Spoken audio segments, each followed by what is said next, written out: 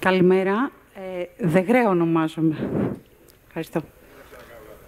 Εντάξει, να είστε καλά. Ευχαριστώ. Ήρθα εδώ εκπροσωπώντας τον εαυτό μου. Είμαι ένας δημότης στο Δήμο Λαβρεωτικής και έχει κάνει ένα μεγάλο αγώνα μαζί με άλλους συμπολίτες μου για σκουπίδια που πετάγονται στην περιοχή ανεξέλεγκτα. Μάλιστα, η Περιφέρεια έχει δώσει και κάποιο πρόστιμο στο Δήμο Λαβρεωτικής και οι δημότες Λαβρεωτικής καλούμαστε να το πληρώσουμε. Ταυτόχρονα εργάζομαι στον τομέα της υγείας και είμαι ευαισθητοποιημένη σε θέματα δημόσιας υγείας. Γι' αυτό την περίοδο των υποχρεωτικών εμβολιασμών, μία ομάδα γιατρών ζητήσαμε συγκεκριμένα στατιστικά στοιχεία από την Ελστάτ, η οποία μας παρέπεμψε στον Εθνικό Οργανισμό Δημόσιας Υγείας. Ζητήσαμε λοιπόν συγκεκριμένα στατιστικά στοιχεία για τη δημόσια υγεία από τον ΕΟΔΗ. Προς έκπληξή μας, μάθαμε ότι ο ΕΟΔΗ είναι νομικό πρόσωπο ιδιωτικού δικαίου. Προσωπικά δεν το γνώριζα. Δεν λάβαμε συγκεκριμένες απαντήσεις για συγκεκριμένα στατιστικά στοιχεία που ζητούσαμε, που αφορούσαν τις επιπτώσεις στη δημόσια υγεία των υποχρεωτικών εμβολιασμών.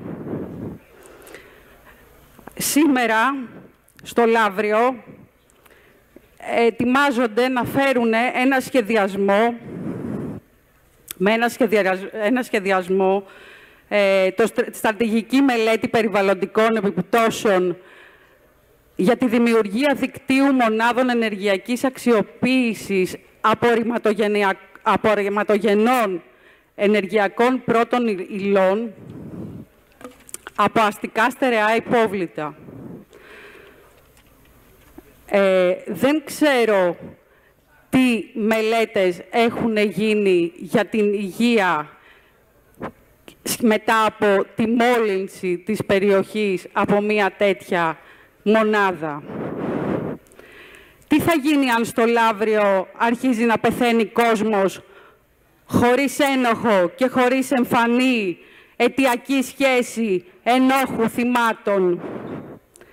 Η νοσηρότητα δεν κοιτάει την ταυτότητά μας, δεν κοιτάει αν λέγεσαι Σαμαράς, δεν κοιτάει αν λέγεσαι Χαρδαλιάς, μπορεί να χτυπήσει τον οποιονδήποτε και δεν έχει να κάνει με τα κέρδη.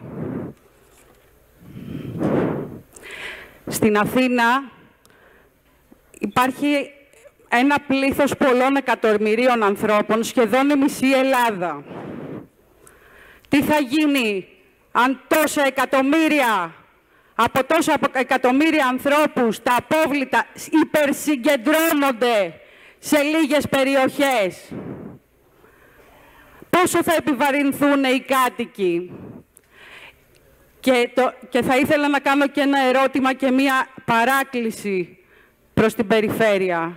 Η Περιφέρεια έχει πιέσει την Αθήνα ώστε να βρεθεί λύση για τα τόσα εκατομμύρια που ζουν εκεί σχετικά με την διαχείριση των απορριμμάτων, ή θα είναι το θύμα το Λαύριο και οι γύρω περιοχές? Είμαστε παιδιά ενός κατώτερου Θεού εμείς εκεί?